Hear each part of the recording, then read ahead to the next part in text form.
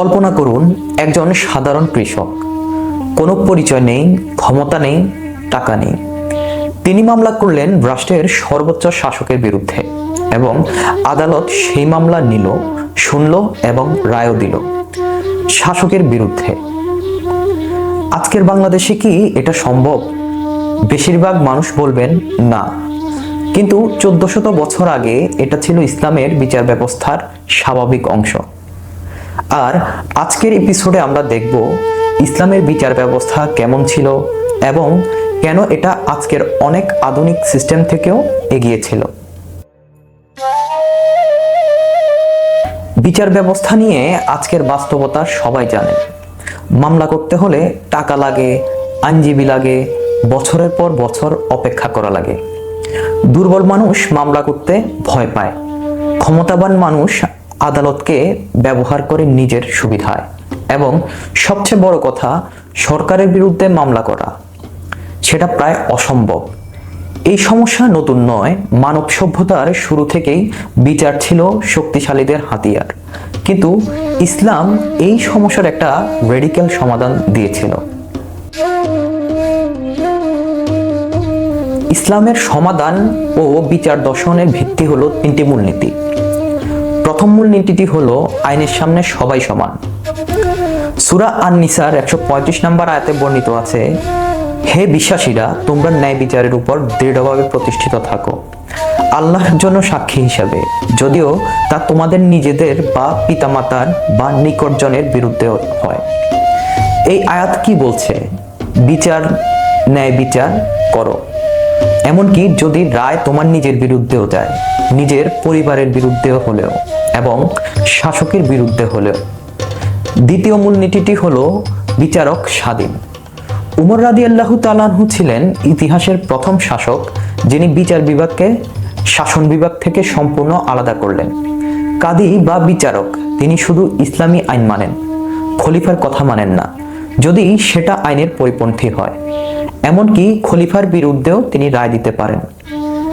ইতিহাস বলে উমর রাদিয়াল্লাহু তাআলা আনহু ছিলেন বিশ্বের প্রথম শাসক যিনি জুডিশিয়ারিকে এক্সিকিউটিভ থেকে পৃথক করলেন, যা আজকের সেপারেশন অফ পাওয়ারের ভিত্তি।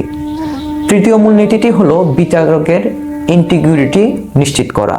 উমর রাদিয়াল্লাহু তাআলা আনহু কাদীদের বেতন দিতেন অত্যন্ত বেশি, যাতে ঘুষের প্রয়োজন না হয়।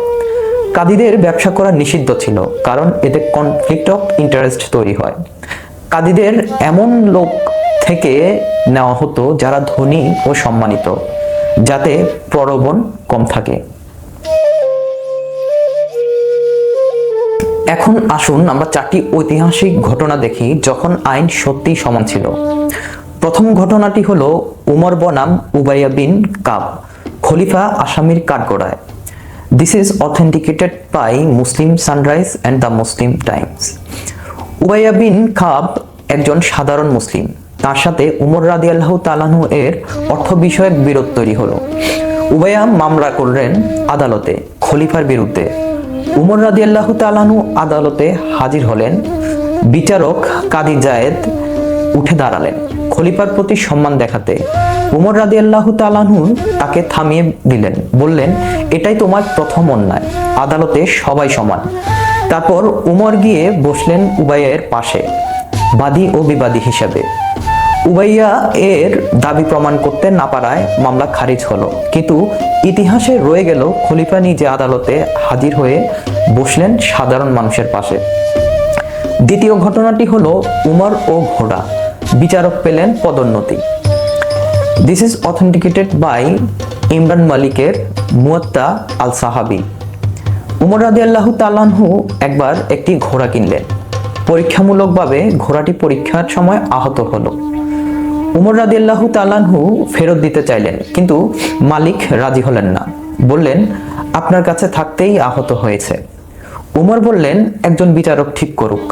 সেই বিচারক ছিলেন সুরাইয়া আল কিন্দি। তিনি রায় দিলেন, ঘোড়া সুস্থ অবস্থায় নিয়েছিলেন, সুস্থ অবস্থায় ফেরত দিতে হবে অথবা ক্ষতিপূরণ দিতে হবে। খলিফার বিরুদ্ধে রায়। উমর রাদিয়াল্লাহু তাআলা আনহু শুধু মেনে নিলেন না, সেদিনই সুরাইয়াকে কুফা এর প্রধান বিচারক নিয়োগ দিলেন। যে বিচারক সত্য বলতে সাহস করে সেই সত্যিকারের বিচারক। তৃতীয় ঘটনাটি হলো মুসলিম বনাম জিউস, সংখ্যালঘুর জয়। This is authenticated by Imam Malik মুয়াত্তায়ের 2-719। একজন ইহুদি বৃদ্ধ মামলা করলেন একজন মুসলিমের বিরুদ্ধে। মামলা এলো উমর রাদিয়াল্লাহু তাআলা আনহুর কাছে। উমর শুনলেন, বিচার করলেন এবং ইহুদির পক্ষে রায় দিলেন। ইহুদি বৃদ্ধ অবাক হয়ে বললেন, আল্লাহর কসম, আপনি সত্য রায় দিয়েছেন। উমর হাতের লাঠি দিয়ে তাকে একটু গুঁতো দিয়ে জিজ্ঞেস করলেন, তুমি কিভাবে জানলে? ইহুদি বললেন, তাওরাতে লেখা আছে, যে ন্যায় বিচার করে তার পাশে দুজন ফেরেশতা থাকেন। উমর রাদিয়াল্লাহু তাআলা আনহু তারপর সেই মুসলিমকে ডেকে বললেন, ইসলাম অন্যায়কে অনুমতি দেয় না, কোনো অমুসলিমের বিরুদ্ধেও নয়। ইমাম ইবনে আব্দুল বার বলেছেন, এই ঘটনা প্রমাণ করে মুসলিম অমুসলিম নির্বিশেষে আদালতে সবাই সমান। চতুর্থ ঘটনাটি হলো গভর্নরের ছেলে ও কপটিক মানুষ। এটি আমরা অলরেডি এপিসোড 1-এ উল্লেখ করেছিলাম। এখন আমরা জুডিশিয়ালি অ্যাঙ্গেলে দেখব। ইজিপ্টের গভর্নর আমার ইবনে আল আস এর ছেলে একজন কপটিক খ্রিস্টানকে আঘাত করলেন। সেই খ্রিস্টান মদিনায় আসলেন, উমরের দরবারে মামলা করলেন। কিন্তু এবার আমরা জুডিশিয়াল অ্যাঙ্গেলে দেখি প্রক্রিয়াটা কেমন ছিল। প্রথমত, একজন সংখ্যালঘু নাগরিকের অভিযোগ সরাসরি শোনা হলো। দ্বিতীয়ত, গভর্নরকে তলব করা হলো, তার পুত্রকে আদালতে আনা হলো।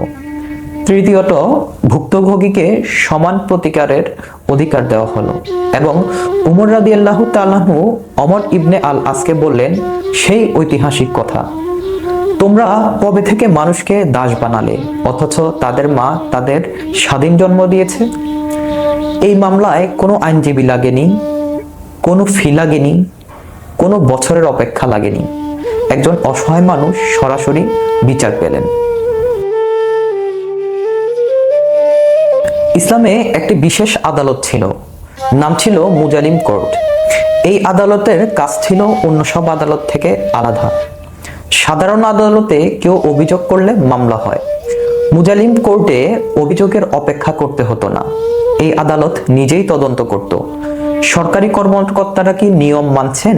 গভর্নর কি ঠিকমতো দায়িত্ব পালন করছেন? রাষ্ট্রীয় কোষাগার থেকে অর্থ কি ঠিকমতো ব্যয় হচ্ছে? এগুলো তদন্ত করত মুজালিম কোর্ট স্বয়ংক্রিয়ভাবে।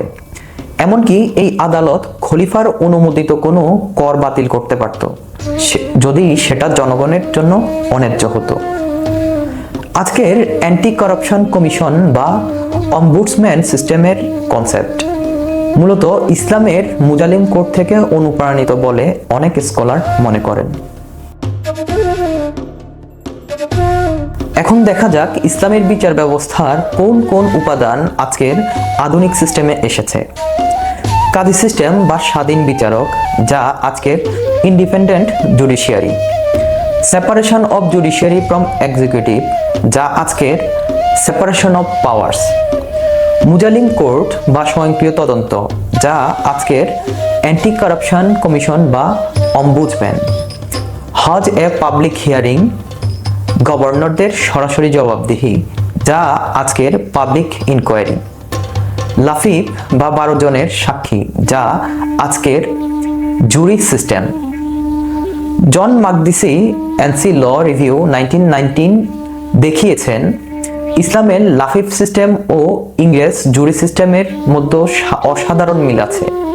এই তুলনা মানে এই নয় যে ইসলামী বিচার ব্যবস্থা পারফেক্ট ছিল, কিন্তু এটা বলছে যে যে কনসেপ্টগুলোকে আমরা আধুনিক বলি সেগুলোর অনেকটাই এবং অধিকাংশই 1400 বছর আগে প্র্যাকটিস হতো। কিন্তু সৎভাবে বলতে হবে, এই ব্যবস্থা সবসময় এভাবে কাজ করেনি। রাশিদিন খেলাফতের পরে যখন রাজতন্ত্র এলো, বিচারকরা ধীরে ধীরে ক্ষমতার উপর নির্ভরশীল হয়ে পড়লেন। কাদীদের নিয়োগ ও বরখাস্ত করতেন শাসকরা। এতে ইন্ডিপেন্ডেন্স দুর্বল হলো। নন মুসলিম নাগরিকরা সবসময় সমান সুযোগ পেতেন। এ নিয়ে ঐতিহাসিকদের মধ্যে মতভেদ আছে। তাই আমরা বলবো এই সিস্টেমের প্রিন্সিপালস অসাধারণ ছিল, কিন্তু বাস্তবায়নে কিছুটা ফাঁক ছিল, যেমন যে কোনো মানবিক ইনস্টিটিউশনে থাকে। আজকের এই এপিসোড থেকে আমরা তিনটি মূল সবক পাই। প্রথমটি হলো, বিচার তখনই সত্যিকারের যখন ক্ষমতাবানরাও আওতায় থাকে।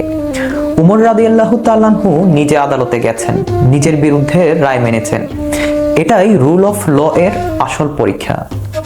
দ্বিতীয়ত, বিচারকের স্বাধীনতা নিশ্চিত না হলে বিচার নিরপেক্ষ হয় না। উচ্চ বেতন, ব্যবসা নিষেধ, শাসক থেকে আলাদা, এই তিন শর্তে উমর রাদিয়াল্লাহু তাআলা আনহু বিচারককে স্বাধীন রেখেছিলেন। তৃতীয়ত, দুর্বলের জন্য বিচার পাওয়া সহজ না হলেও সেটা সত্যিকারের বিচার ব্যবস্থা নয়। একজন কপটিক খ্রিস্টান রাষ্ট্রীয় গভর্নরের ছেলের বিরুদ্ধে মামলা করে জিতেছেন। এটাই ন্যায় বিচারের বেঞ্চমার্ক। আজকের এপিসোডে আমরা দেখলাম 1400 বছর আগে যে বিচার ব্যবস্থা তৈরি হয়েছিল তার অনেক কনসেপ্ট আজও আমাদের শেখার আছে। উমর রাদিয়াল্লাহু তাআলা আনহু নিজে বলতেন তার বিচারকদের, দুর্বল মানুষ যেন বিচার থেকে নিরাশ না হয়, ক্ষমতাবান মানুষ যেন তোমার সুবিধা পাওয়ার আশা না করে। আজকের প্রশ্ন আপনাদের জন্য, বাংলাদেশের বিচার ব্যবস্থায় আপনি কি কখনো অন্যায় বিচার দেখেছেন বা সত্যিকারের ন্যায় বিচার পেয়েছেন? কমেন্টে আপনার অভিজ্ঞতা শেয়ার করুন। পরবর্তী এপিসোডে আমরা দেখব কাদি সিস্টেম কি ছিল, আজকের জুডিশিয়ারি থেকে কিভাবে আলাদা ছিল এবং কেন বিচারকদের জন্য ব্যবসা করা নিষিদ্ধ ছিল। সাবস্ক্রাইব করুন, বেল আইকন চাপুন এবং এই এপিসোডটি শেয়ার করুন যারা সত্যিকারের বিচার ব্যবস্থা চান তাদের সাথে।